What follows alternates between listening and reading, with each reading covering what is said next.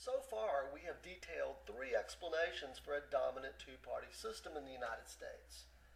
The first, history or tradition, while accurate as a description of the American system, is weak as an explanation for two-partyism.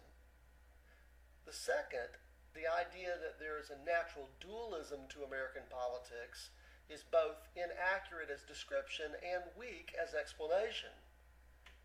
We said that the third explanation, the dominance of liberal political culture, is better than either of the former, which probably should not be terribly surprising, given our in-depth treatments earlier in the semester of liberal political assumptions and liberal political values. We saved the best explanation for two-partyism in the United States for last. This explanation argues that the reason the United States has developed a dominant two-party system rather than a multi-party system is because our electoral institutions foster two-party competition, or, if you prefer, suppress the development of a multi-party system. Specifically, two electoral arrangements facilitate two-partyism in the United States. The first is the idea of a single-member district. A single-member district is an electoral arrangement in which one person is elected to represent a specific constituency. Most public offices in the United States are elected on the basis of this concept. If we ask, how many representatives are there in the contemporary United States House of Representatives, we would answer 435. If we were to ask, how many House districts are there in the United States, we would also answer 435. You see, there are 435 House members precisely because there are 435 districts. There is one representative elected from each of those 435 districts whose principal job it is to represent the people who live in that district. Furthermore, there is no way to divide up one of those House districts and elect more than one person to represent the people of that district. The president is also elected from a single-member district. The district is the entire country, and one person is elected from that district to hold that office. The United States Senate appears at first glance to be an exception to the concept of a single-member district, since each state elects two people to serve in that chamber of Congress. However, the election of the two senators from a state are not tied together. They are separately and independently elected. So the two senators are, in effect, elected from single-member districts. Their districts just so happen to perfectly overlap. Both senators represent the entire population of their state. The second, but related electoral arrangement is the idea of a plurality election. A plurality election is one in which the candidate who receives the most votes wins the election. A plurality is not necessarily a majority, although a majority is a plurality. Let's develop a hypothetical example to see how the American system of single-member districts and plurality elections fosters a two-party system. Suppose that we have 4 candidates running for a congressional seat in one of those 435 House districts.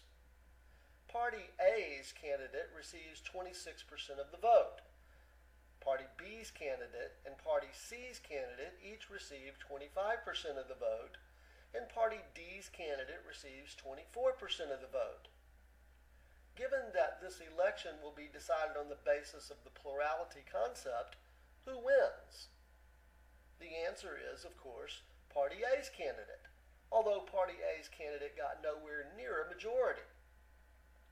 Because the congressional seat is a single-member district, Party A's candidate wins 100% of the seat. There is no way to divide up this seat to award Party A's candidate 26% of the seat, for example. It is a winner-take-all system. None of the seat can be awarded to Party B's or Party C's or Party D's candidates. In American politics, one either wins or loses. There are no runner-up prizes for coming in a close second or third or fourth. Now let's run through the same hypothetical example, except this time with numbers that would be more typical of results we would likely see in congressional elections. Party A's candidate gets 49% of the vote. Party B's candidate gets 48% of the vote. Party C's candidate and Party D's candidate receive 2% and 1% of the vote respectively. Again, Party A's candidate did not receive a majority, but because A's candidate got more votes than any other candidate, candidate A wins the election and gets the entire seat. Again, no consolation prize for Party B's candidate for coming in a very close second. Now think about Party C and Party D, and think about how these results for Party C and Party D are being repeated across virtually all of the 435 House districts, election after election.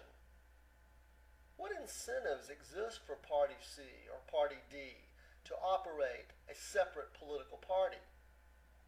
Over time, and perhaps not even a very long period of time, the members of these minor parties would they not learn that they simply are never going to be able to muster the votes to win representation in government?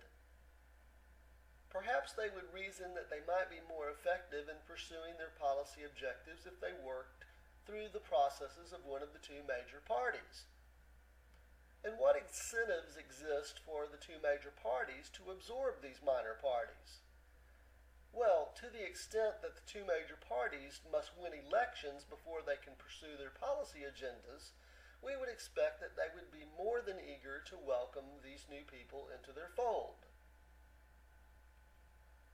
By contrast, let's examine the electoral arrangements of democracies that have multi-party systems. Consider a hypothetical parliamentary system. All parliamentary systems do not operate the same. In fact, there are many variations, but many parliamentary systems employ some variation of this basic hypothetical. Let's suppose that instead of electing individual members to the national legislature or parliament from single-member districts, that voters choose from among political parties. In our hypothetical example, 4 political parties are on the ballot. Party A wins 46% of the vote, Party B wins 45% of the vote, Party C wins 5%, and Party D wins 4%. This country uses a system of awarding seats in Parliament called proportional representation. So, based on the votes cast in the election, Party A wins 46% of all the seats in Parliament. Party B wins 45% of the seats, Party C wins 5% of the seats, and Party D wins 4% of the seats.